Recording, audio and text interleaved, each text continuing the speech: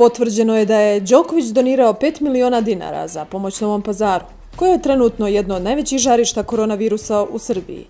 Tamo je proglašena i vanredna situacija zbog sve većeg broja slučajeva.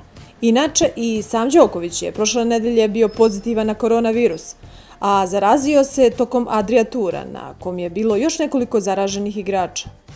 Također, koronavirus imala i njegova supruga Jelena, a očekuje se da će se njih dvoje uskoro ponovo testirati.